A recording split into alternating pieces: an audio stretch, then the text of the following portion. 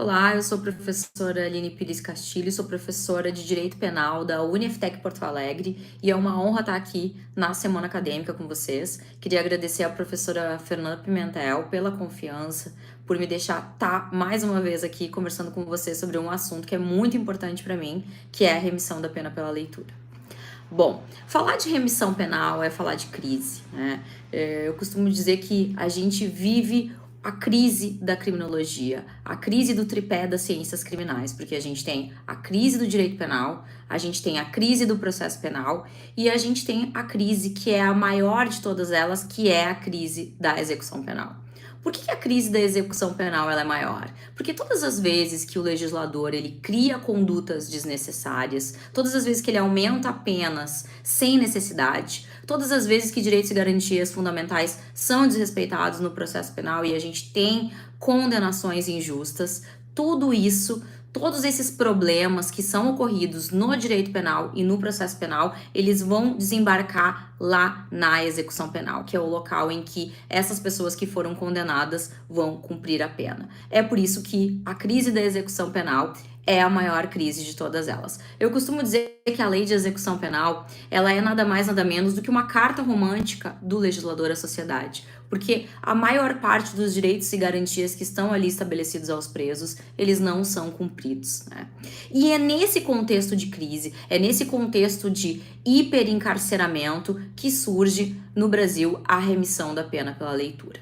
Bom, eu vou tratar aqui de alguns pontos principais até a gente poder falar da remissão da pena pela leitura em termos globais. Vamos falar um pouquinho então sobre o conceito do instituto, né? O que é a remissão da pena pela leitura? Então, a remissão da pena pela leitura é um instituto através do qual o apenado vai realizar a leitura de uma obra literária de natureza científica e após a leitura dessa obra, onde ele vai ter um prazo de 30 dias para efetuar essa leitura, ele vai confeccionar um resumo daquilo que ele leu. Esse resumo vai ser enviado ao juiz da execução penal e então vai ser reduzido um prazo de 4 dias da pena daquele apenado. Então, a gente está falando de um processo de individualização da pena, né? Ou seja, o apenado, com seus próprios esforços, ele vai alterar a sentença que foi dada pelo juiz. É importante a gente dizer que a remissão da pena pela leitura e a remissão penal que eu estou falando aqui é aquela que é com C cedilha e não se confunde com a remissão que tem 2 S's. Por quê? A remissão com 2 S's, ela significa um perdão. E a remissão da pena pela leitura, ela não se confunde de forma nenhuma com perdão. Por quê? Porque ela parte dos esforços do apenado. Ela parte de uma atividade que foi realizada pelo apenado para reduzir essa pena. Bom, a remissão da pena pela leitura, ela é um instituto barato e de fácil aplicação e que eu costumo dizer que só depende de 2 fatores, que é vontade política e de livros, né? Então, ela é muito mais fácil de ser aplicada que todas as outras formas de remissão penal, a remissão da pena pelo trabalho, a remissão da pena pelo estudo, porque elas são muito mais caras e demandam muito mais esforços do poder público, né? Então, por isso a remissão da pena pela leitura, ela é mais fácil de ser aplicada. E ela vai ter como base a educação, né? Que é um direito fundamental, não só de todos nós, mas também das pessoas que estão em um processo de restrição de liberdade.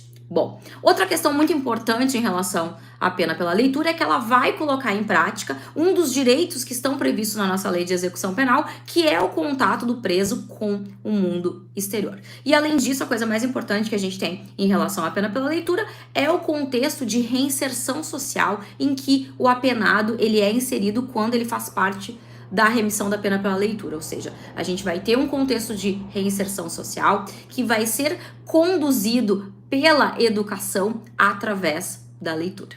É importante a gente falar aqui que quando eu falo de reinserção social, eu não estou falando de ressocialização.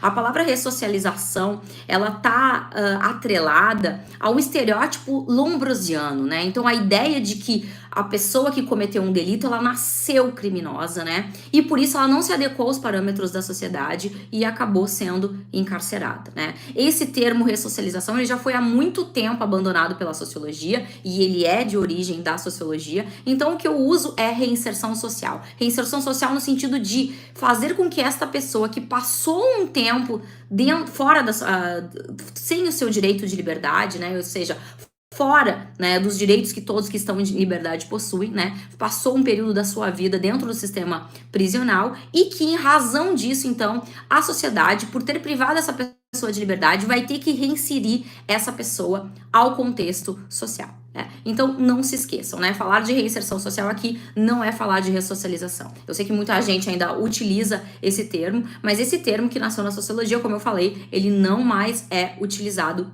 pela sociologia. É importante também a gente salientar, né, a questão de que o crime, ele nasce de um processo de taxatividade, de um processo de etiquetamento, de escolha de condutas, né? É por isso que na Idade Média a heresia era crime e hoje não é mais, né? Então por isso que é completamente equivocado a gente dizer que uma pessoa ela nasce criminosa, né? O que a gente tem é a repressão de fatos criminosos, de condutas que podem ocorrer e que vão ser escolhas legislativas para estarem dentro lá do direito penal, da legislação penal e que podem ser cometidas por qualquer um de nós. Bom, vou falar um pouquinho agora das origens históricas, né, do contexto histórico da remissão da pena pela leitura.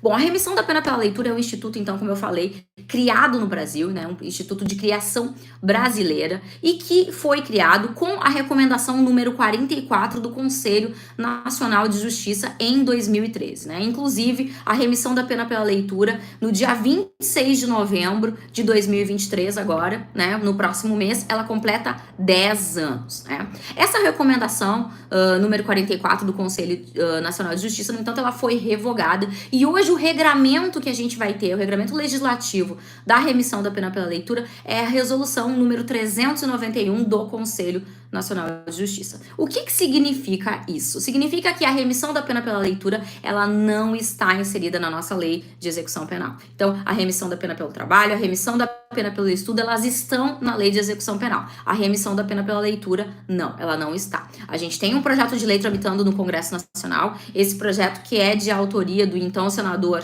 na época, Aécio Neves, mas esse projeto está parado e a gente não sabe quanto tempo, né, ele vai demorar para ser aprovado. Bom, vamos falar um pouquinho então dos avanços e desafios da remissão da pena pela leitura no contexto brasileiro, né? Do período em que a gente tinha a recomendação número 44 até hoje, né? A aplicabilidade da resolução 391 do Conselho Nacional de Justiça. O primeiro ponto que a gente tem que ressaltar é a questão dos livros, né? Então, como eu falei, a remissão da pena pela leitura é um instituto de fácil aplicação, um instituto barato, né? Que depende apenas de vontade política e de livros. E aí eu pergunto para vocês, qual é a situação das bibliotecas dentro do contexto prisional brasileiro? Qual é a situação do acesso a livros que os presos têm dentro do contexto prisional brasileiro? Obviamente, esse é um contexto completamente precário, né? Inclusive, a gente tem alguns projetos aqui no Rio Grande do Sul de construção de penitenciárias, onde a área que era destinada para as bibliotecas, ela foi retirada para que a gente pudesse aumentar o número de celas, né? Então, a gente não tem uma preocupação do poder público no sentido de levar a leitura ao ambiente prisional. A gente não tem bibliotecas, a gente não tem livros, né? Os presos não têm acesso a livros. Quando eu realizei a minha dissertação de mestrado, eu realizei uma pesquisa empírica e eu visitei uma série de presídios no Brasil. E muitas vezes, né, não só não se tinha biblioteca, como os livros eles ficavam amontoados em um local específico, estavam em um estado péssimo de conservação. Então, e essa na verdade é a realidade da maior parte dos presídios brasileiros. Então, o primeiro entrave que a gente vai ter em relação à remissão da pena pela leitura é a questão dos livros. No entanto, essa situação ela já foi pior, né? Quando a gente tinha a recomendação número 44 do Conselho Nacional de Justiça, essa recomendação ela previa que para que se estipulasse um projeto de remissão da pena pela leitura em sede de execução penal, era preciso que na biblioteca do presídio, né, existissem 20 cópias do mesmo livro. Então, se um apenado ele quisesse realizar a remissão da pena pela leitura de um livro, por exemplo, Dom Casmurro, do Machado de Assis, para que ele efetuasse a remissão da pena pela leitura dessa obra, dentro da biblioteca prisional deveria haver 20 cópias da obra Dom Casmurro, né? Obviamente que isso praticamente inviabilizou a aplicabilidade da remissão da pena pela leitura e isso teve que ser flexibilizado, né? Porque se a gente vive num contexto em que não existem bibliotecas prisionais, né? Os livros estão em péssimo estado de conservação, os presos não têm acesso a livros, é óbvio que a gente não teria como ter 20 cópias de cada obra, né? Seria absolutamente, né, inviável. Bom, com a resolução número 391 do Conselho Nacional de Justiça, a gente não tem mais esse requisito, então a gente tem aí um avanço no sentido do Instituto, da aplicabilidade do Instituto. No entanto, a resolução 391 ainda prevê a necessidade da obra estar dentro da biblioteca prisional. E como eu falei, a situação das bibliotecas prisionais ela é extremamente precária, né? Então, acredito que para que a gente melhorasse esse quadro, o ideal seria permitir a remissão da pena pela leitura a partir de qualquer obra que o preso tivesse acesso. Então, uma obra que ele conseguiu com outro apenado, uma obra que ele ganhou da família que foi visitar ele. Então, a gente não deve restringir nem a um número específico de obras, nem que a obra seja proveniente da biblioteca prisional. Outra questão importante é quanto à natureza das obras, né? Então, que tipo de obras devem ser objeto de remissão da pena pela leitura? Será que tem que ser obra só de cunho literário? Será que tem que ser obra de cunho científico? Será que tem que ser só clássicos da literatura brasileira? No caso, eu defendo que a obra que vai ser objeto da remissão da pena pela leitura, ela tem que ser a obra que o preso tiver acesso e a que ele tiver interesse. Mas aí vocês vão me perguntar, mas Aline, e se o preso quiser realizar a remissão da pena pela leitura do Diário de um Banana, né, ou de um livro do Harry Potter, né, tu acha que isso é adequado? Sim, eu acho que isso é adequado. Quando a gente pensa no contexto prisional brasileiro, a gente tem que entender que o preso brasileiro, ele é um leitor em formação, né? O preso brasileiro, ele não é uma pessoa que passou por todos os estágios educacionais como a gente passou, né?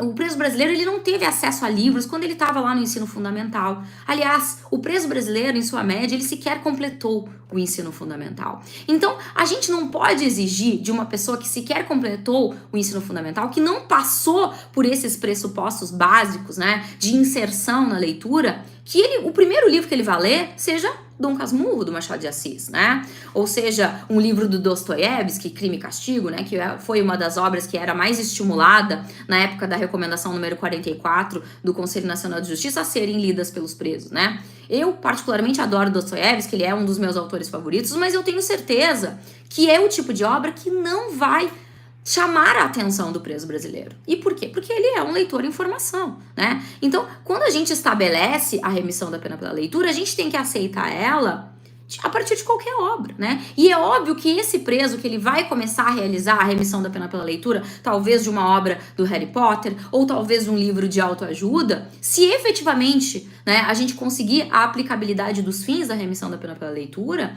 ele vai adquirir o gosto pela leitura, ele vai adquirir o gosto pelo estudo e efetivamente ele vai conseguir evoluir dentro dessa leitura, né? Então, resumindo, né, a obra que tem que ser objeto de remissão da pena pela leitura é de qualquer natureza. É a obra que o preso tiver acesso e a obra que ele quiser efetivamente ler. Uma outra questão importante é quanto à aferição da remissão, né? Então, atestar se efetivamente esse preso, ele leu essa obra. A gente tinha um problema muito grande em sede da recomendação número 44 do Conselho Nacional de Justiça, porque ela previa que os presos, ao realizar a obra, né, ao realizar a leitura da obra, eles devessem confeccionar uma resenha crítica, né? Eu conversando aqui com vocês, né, vocês todos alunos, vocês devem lembrar da primeira vez em que os professores de vocês pediram para vocês a confecção de uma resenha crítica, né? Eu não vou dizer todos, mas eu tenho certeza que boa parte de vocês tiveram dificuldades, né? E vocês passaram por todos essa escala educacional, né? Eu tenho certeza que vocês estudaram em bons colégios, eu tenho certeza que vocês tiveram estímulo de alguém da família de vocês, dos professores de vocês, tanto que vocês estão estudando numa universidade particular, uma universidade renomada que conta com bons professores, né? Agora vamos pensar isso dentro do contexto do preso brasileiro, né? Dentro do contexto de uma pessoa que não passou por esse processo, né? Dentro do contexto de uma pessoa que, na sua maioria, não tem o ensino fundamental completo. Será que essa pessoa vai ter condições de realizar uma resenha crítica, né? É óbvio que ela não vai ter condições, né? Inclusive, esse foi um dos aspectos que, quando da recomendação número 44 do Conselho Nacional de Justiça, em 2013, muitos apenados acabaram desistindo da remissão penal, né? Muitos acabaram desistindo enquanto eles liam os livros, né? Porque a gente tinha só eram oferecidos a esses presos clássicos da literatura brasileira, que na maior parte das vezes não era adequado ao leitor em formação, né?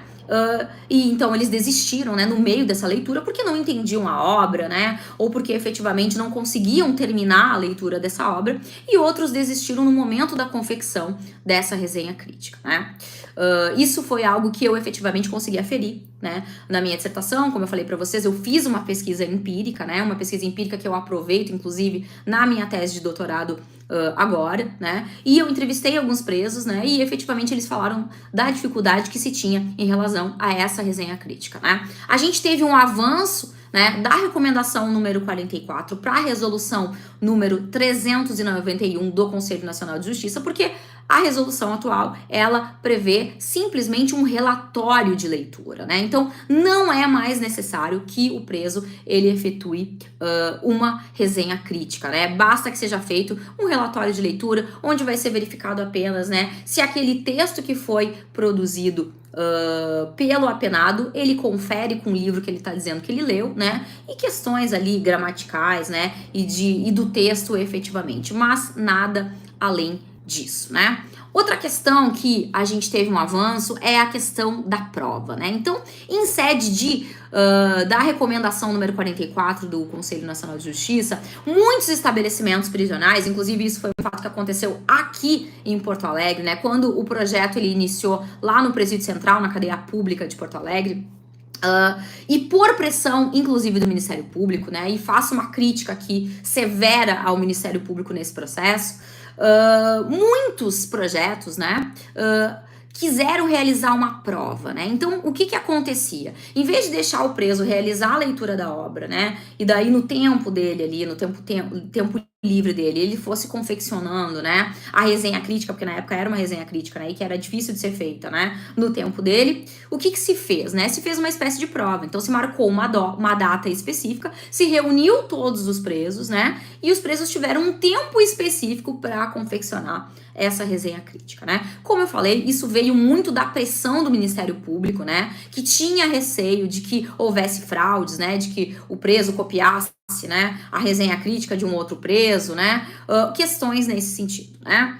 Obviamente isso não funcionou, né, como eu falei para vocês, se é difícil fazer uma resenha crítica, imagina num tempo específico, né, imaginem vocês realizando, né, uma resenha crítica num tempo específico, né, de uma prova. Então, obviamente que isso não funcionou, isso foi retirado, né, em sede da resolução número 391 do Conselho Nacional de Justiça, que é a nossa legislação atual, né, inclusive ela veda, né, que esse relatório de leitura, ele tenha um caráter de prova, né, então não só não é recomendado, como é proibido que se faça uma prova, né. A crítica que eu faço, principalmente em relação ao Ministério Público nesse ponto, é que acho que entendo a preocupação, né, com relação a possíveis fraudes que pudessem acontecer, mas tu engessar um instituto, né, no caos penitenciário que a gente vive, né, num contexto em que os presos sequer têm alimentação dentro dos presídios, eles sequer têm locais, né, para dormir, né, a gente teve notícias há um tempo atrás, né, de presos que sequer conseguiam respirar dentro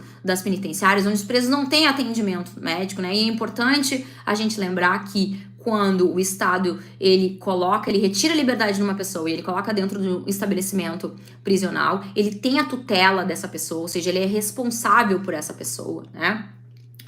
Então, dentro desse contexto, né, desse contexto de causa, eu não vejo a preocupação do Ministério Público, que é o fiscal da lei, ou seja, deveria fiscalizar a aplicabilidade da lei de execução penal, que traz todos esses direitos. Eu não vejo o Ministério Público preocupado com isso, né? Então, eu acho que foi apenas uma forma de burocratizar ainda mais o Instituto, né? E fazer com que a gente tivesse mais entraves na aplicação da remissão da pena pela leitura.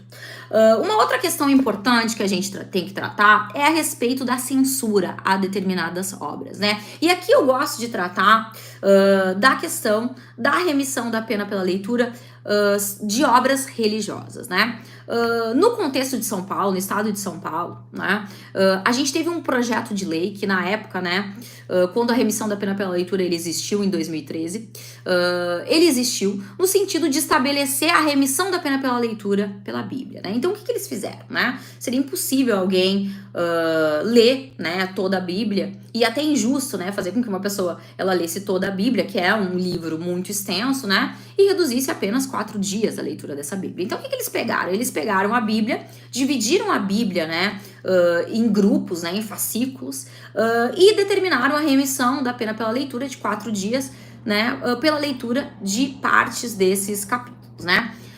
Esse projeto de lei, que era um projeto de lei estadual, né, ele teve uma questão de inconstitucionalidade, que é uma questão que eu não vou entrar aqui, que é um pouquinho complexa, né, mas resumindo, né, se entendeu que a remissão da pena pela leitura, ela advém da execução penal, e quem tem competência para tratar da execução penal, então seria apenas a União, então não poderia essa lei advir dos estados, né? Então teve esse problema, mas teve o problema do conteúdo dela, ou seja, a questão da Bíblia ser objeto de remissão da pena pela leitura. Por essas razões, esse projeto ele foi vetado pelo governador atual na época, que era o Geraldo Alckmin, e esse projeto ele não acabou indo para frente, né? Dentro desse contexto, o que eu digo pra vocês é que eu acho, como eu falei, né, a gente tem que ter uma liberdade em relação à pena pela leitura, ou seja, a obra que vai ser objeto de remissão da pena pela leitura, ela tem que ser qualquer obra, é a obra que o preso ele tiver interesse, inclusive obras de cunho religioso, né? Então, não há nenhum problema que o preso realize a remissão da pena pela leitura da Bíblia, assim como não há problema se utilizar de livros espíritas, assim como não há problema que seja utilizado o Alcorão, né? Eu particularmente não sou uma pessoa religiosa, mas existe a liberdade de crença, né? A liberdade de crença ela está prevista na nossa Constituição Federal, é inclusive prevista em tratados, né, internacionais, é protegida, é uma dos grandes pilares da Organização das Nações Unidas, então é algo que a gente deve respeitar. Bom, outra questão importante que a gente enfrentou muito, né, e ainda enfrenta em relação à remissão da pena pela leitura é a questão do ativismo judicial, né? Então, muitos juízes, né, ao aferir a remissão da pena pela leitura realizada, pegavam, né, um contexto de 4, 5 obras lívidas e ao invés de aferir 4 dias de pena para cada uma dessas obras, aferiam 1 dia, aferiam 2 dias, né? Muitas vezes analisavam a remissão da pena pela leitura pelo número de páginas que se tinha no livro, né? O que é um total absurdo, né? Nós que estamos dentro da academia, né? Vocês estudantes, vocês sabem, né? A complexidade de um livro, ela não se dá só pelo número de páginas, né? A gente pode ler um livro de 20, 30 páginas que seja extremamente complexo e ler um livro de 300, 400 páginas que seja fácil, né? Então, critérios que advinham do ativismo judicial, né? De uma tentativa do juiz de se colocar no lugar do legislador e que a gente ainda enfrenta em sede da resolução número 391, né? De uma medida menor, sim, numa medida menor, porque a resolução ela melhorou muito em relação à recomendação número 44 que a gente tinha, no entanto, a gente enfrenta. Particularmente, acredito que a gente só vai conseguir solucionar esse problema, não por completo, porque o ativismo judicial ele sempre vai existir, ele é um problema que a gente tem dentro do contexto jurídico, tá? Mas a gente só vai conseguir minimizar os efeitos dele quando a remissão da pena pela leitura ela for inserida na nossa lei de execução penal.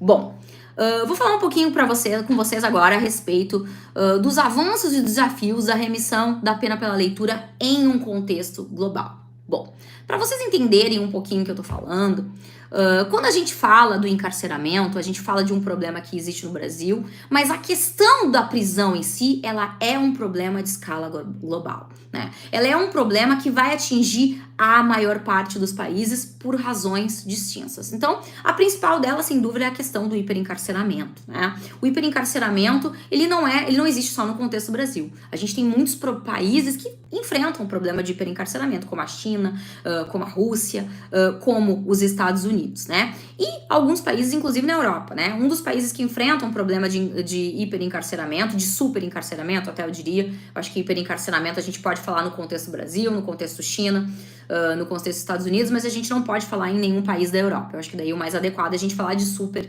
encarceramento. Então, a Itália, por exemplo, é um país que entende enfrentar um problema de super encarceramento dentro dos padrões europeus do que se vê como adequado, né, em termos de encarceramento. Um outro problema é o afastamento dos fins da pena, né? Então, como vocês sabem, a pena ela tem um fim retributivo, ela tem um fim preventivo e ela tem um fim de inclusão social. E cada vez mais a gente está afastado desses fins, né? Então, a gente pune sem saber por que a gente está punindo, né? A gente pune simplesmente por punir, né? Então a gente vê que muitos países, né, e a gente pode inserir o contexto Brasil, né, dentro desse bloco de países, né, a gente vê uma política criminal focada simplesmente no encarceramento. A gente pune por punir, a gente pune por vingança. A gente até pode falar que é um pouco a volta do direito penal da vingança, que na teoria ele tá superado, mas na prática a gente vê que ele não tá. Outra questão importante, que é uma preocupação global em termos de encarceramento, é a violação dos direitos humanos, né? Os direitos humanos dentro das prisões, ele tá tão deturpado que parece que ele não é do humano, ele não é da pessoa. Ele é um direito humano que foi pro Estado, que tá na sociedade, quando não, né? O direito humano, ele é do indivíduo, ele é do ser, do individual, ele é de cada um de nós. Ele não pertence ao Estado, ele não pertence à sociedade. E essa também é uma preocupação que a gente tem em termos globais. E outra questão também é a questão do pós-cárcere, né? É a preocupação com a reinserção social, né? Então, o que vai acontecer com esse preso depois que ele sair do sistema carcerário, né? A gente tem na Itália, por exemplo, né, já que eu falei do contexto italiano, um programa excelente de pós-cárcere, né, onde o Estado, após o momento em que o indivíduo ele sai do sistema penitenciário, ele é acompanhado por 3 anos, né? Então ele é acompanhado pelo Estado por 3 anos, para saber se ele conseguiu um emprego, se ele não conseguiu um emprego. Caso ele não tenha conseguido, o Estado vai lá e ajuda ele, né? Como que tá o contexto de vida dele, o contexto educacional. Então, existe uma preocupação do Estado em relação ao pós-cárcere. E mesmo a gente tendo essa preocupação dentro do contexto italiano, a Itália, ela sofre críticas no sentido de que esse período ele seria muito pequeno. Então, existe uma preocupação global em vários aspectos em relação à questão do encarceramento em si. Essa também é uma preocupação da organização das Nações Unidas, né? Isso a gente pode verificar quando a gente analisa os textos internacionais. Então, a Declaração Universal dos Direitos Humanos, as normas de Bangkok, as regras de Mandela. Então, todas essas normas, elas também visam proteger a pessoa em situação de restrição de liberdade, né? E mais muitos outros, né, dispositivos que advêm da Organização das Nações Unidas, que vem nesse sentido. E a gente tem uma prova prática e real de que isso é uma preocupação no mundo inteiro, que é o fato de que muitos países copiaram a ideia brasileira, o Instituto Brasileiro da Remissão da Pena pela Leitura, e já estão aplicando esse instituto dentro do contexto de seus países, né? Um exemplo de país que está aplicando a remissão da pena pela leitura é a Itália, né? A Itália foi um dos primeiros países a copiar esse instituto, inclusive ele está sendo aplicado, né, ele está em plena aplicabilidade na região da Calábria, na Itália, e existe inclusive um projeto de lei que está tramitando muito mais rápido, inclusive, que aqui no Brasil, né, para aplicar a remissão da pena pela leitura no contexto italiano de forma geral, ou seja, em todo o país, né. Outro país que a gente tem a aplicabilidade da remissão da pena pela leitura é a França, né. A França tem um projeto, inclusive, né, que é incrível, né, que é patrocinado por várias empresas, inclusive uma empresa que patrocina esse projeto é a L'Oréal Paris, né. A L'Oréal é uma empresa francesa e patrocina esse projeto. Lá eles têm um catálogo de livros lindíssimo, né, colorido, onde tem o resumo da obra, né? Esse catálogo ele vai contemplar desde obras como O Pequeno Príncipe, Harry Potter, né, até clássicos da literatura francesa, que é renovado todos os anos, né, e que visa fomentar bibliotecas, né? Não significa que o preso ele tenha que realizar a remissão da pena pela leitura por uma obra que conste nesse catálogo, né? Mas esse catálogo de livros, né, ele fomenta as bibliotecas, ele faz com que as bibliotecas elas tenham mais obras e também ele vai auxiliar o preso na leitura. Ele ajuda o preso a escolher a obra que ele quer ler. Né? A gente vai ter também a aplicabilidade da remissão da pena pela leitura em países onde a gente tem um contexto criminal muito diferente dos nossos, né? Como, por exemplo, a Arábia Saudita, né? A Arábia Saudita que tem políticas criminais que são muito contestáveis, né? Mas eles estão aplicando a remissão da pena pela leitura a partir da leitura do Alcorão, né? Então é um país também, né, que apesar de ser muito diferente do que a gente está acostumado a vivenciar, também está aplicando a remissão da pena pela leitura. E para falar então um pouco de um país que tem um contexto prisional dentro da América Latina, a gente pode falar do Peru, né, que é um país que é próximo aqui do Brasil, em que também está aplicando a remissão da pena pela leitura. Então, como vocês podem ver, a gente tem aqui países europeus, né, países com políticas criminais que a gente até pode contestar, países da América Latina, né, países com problemas de hiperencarceramento como o Brasil, e todos esses países encontraram na remissão da pena pela leitura atributos positivos a ponto de aplicar em seus países, né. Ademais, a gente pode dizer que a remissão da pena pela leitura, ela tem uma aplicabilidade, ela está em consonância com as normas da Organização das Nações Unidas, principalmente se a gente focar no problema do hiperencarceramento, porque através da remissão da pena pela leitura, o preso ele sai mais rápido, né, do sistema prisional, então isso ajuda a diminuir os efeitos do hiperencarceramento, né? E, inclusive, economiza dinheiro do Estado, porque o preso, né, quando ele está dentro do sistema prisional, ele gera um gasto para o Estado, e também a respeito dos direitos humanos, porque a gente está dando a possibilidade educacional para esse preso dentro do contexto do cárcere, né? E também o contato com o mundo exterior através da leitura. E a partir disso, então, a gente questiona, né? Por que não tornar a remissão da pena pela leitura como uma política global para presos no mundo, né? Com certeza, se a gente tivesse a remissão da pena pela leitura como uma política global, né, fomentada aí através das organizações das Nações Unidas, a gente teria uma publicização muito maior desse instituto. Então, países que não têm conhecimento sobre a remissão da pena pela leitura, países que sequer conhecem a remissão penal, poderiam ter contato com a remissão da pena pela leitura. E a partir daí, a gente teria uma série de pessoas no mundo, né, que seriam beneficiadas desse instituto, né? A gente teria, inclusive, né, o conhecimento de outras formas de remissão penal. Então, não daria só publicização, não só a remissão da pena pela leitura, mas também a outras formas de remissão penal. É claro que a gente sabe que muitas vezes uma norma internacional, né? Então, quem já estudou aí, quem já fez a cadeira de direito público vai entender, direito internacional público, vai entender o que eu tô querendo dizer, né? Quando a gente tem uma norma internacional, muitas dessas normas, elas têm um pouco de dificuldade de aplicabilidade, né? A gente tem uma dificuldade de fazer com que os estados, né, apliquem aquela norma que adveio do direito internacional. E mais, né, a maior parte das normas internacionais a respeito de direitos humanos, elas são consideradas soft laws, né? Então, soft laws no sentido, né, contrário de hard law, né? Então, o que é uma hard law? Uma hard law é uma norma que, se aquele estado ele não cumprir, ele vai ter uma sanção internacional, ela vai ter uma sanção de outros países ou até mesmo do Conselho da ONU, né, da Organização das Nações Unidas, diferente de uma soft law, né? Então, eu estudando a remissão da pena pela leitura, eu entendo que a remissão da pena pela leitura, ela é sim uma política de direito humano, né? Uma política que está atrelada aos direitos humanos. E então não teria como a gente querer que a remissão da pena pela leitura, ela viesse da ONU a partir de uma hard law. Ela teria que vir efetivamente a partir de uma soft law. Mas ainda assim, a gente teria todos esses benefícios, né? O benefício da publicização do instituto, né? Mostrar esse instituto para o mundo. E também a gente não pode esquecer que muitos países, né, mesmo com o soft law, eles acabam inserindo, né, essa norma dentro do contexto legislativo deles, né. Um exemplo que a gente pode dar é a Alemanha, né. A Alemanha lá no seu Tribunal Constitucional, equiparado, né, ao STF, ela diversas vezes ela já colocou nas decisões dela enunciados de soft law, né, de direitos humanos, e assim inseriu a aplicabilidade, né, desse instituto dentro do contexto alemão.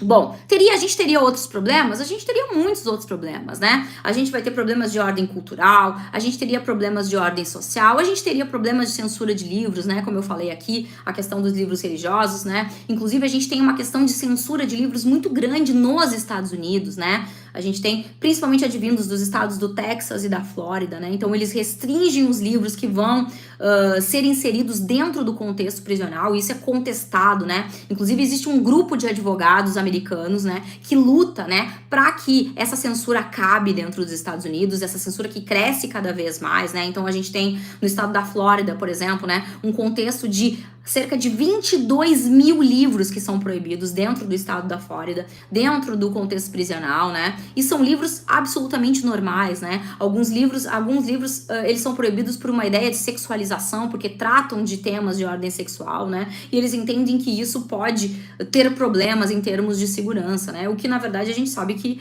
não existe, né? Que essa não é realidade. E por isso, muitas pessoas dentro dos Estados Unidos lutam para que essas proibições, essas barreiras, elas acabem, né? Então, esses são apenas alguns problemas, né? Mas, efetivamente, eu entendo que a adoção da remissão da pena pela leitura, né? Em termos globais, né? Advinda de uma normativa da ONU, no caso, uma recomendação, né? Ela poderia trazer muitos benefícios, não só para os presos brasileiros, mas para os presos em todo o mundo. Bom, eu queria dizer, por fim, né, que se vocês me perguntarem, né, se a remissão da pena pela leitura ela é a solução para essa crise, né, essa crise da execução penal que eu falei, que a gente vive, que a gente vivencia todos os dias no mundo, né? É claro que não, né? É claro que ela não é uma solução, né? A gente tem um sistema criminal que ele é baseado em raça, né, e classe social, ou seja, previamente ao cometimento do delito, previamente a qualquer aspecto, a gente tem conhecimento, a gente sabe quem é o foco do sistema prisional, né? A gente sabe quem é que efetivamente vai estar dentro do sistema prisional, né? E isso é obviamente que é muito injusto, né? O nosso sistema prisional, ele basicamente encarcera pessoas pretas e pessoas pobres, né? Por isso que a gente diz que ele tem raça e ele tem classe social. E esse é o grande problema que a gente tem. E é óbvio que a remissão da pena pela leitura, ela não vai conseguir resolver esse problema. Mas até que a gente resolva esse problema, até que um dia a gente consiga resolver essa grande questão, a gente precisa pensar nas pessoas que estão apodrecendo dentro do sistema prisional, que estão sofrendo, né, com a falta de direitos humanos, né, que não tem sequer onde dormir, né, que mal conseguem respirar, né, que não recebem um tratamento médico adequado, né, que estão desprovidas de educação, né, ou seja, não tem ninguém pensando no pós-cárcere, né, não tem ninguém tentando dar educação para essas pessoas, né. É muito importante a gente lembrar que quanto menos a gente investe em educação, mais a gente tem que investir em presídios, mais a gente tem que investir no sistema educacional e mais a gente vai ter, então, quanto mais a gente investe no sistema prisional, mais a gente vai ter um estado perigoso, um estado violento. Então, é preciso que a gente mude essa mentalidade, né? Que a gente deixe de pensar nessa forma, né? E a remissão da pena pela leitura, ela vem como esse aceno, né? Ela vem como uma forma, né, de minimizar esse problema. Então, de forma alguma, eu estou dizendo que ela é uma solução.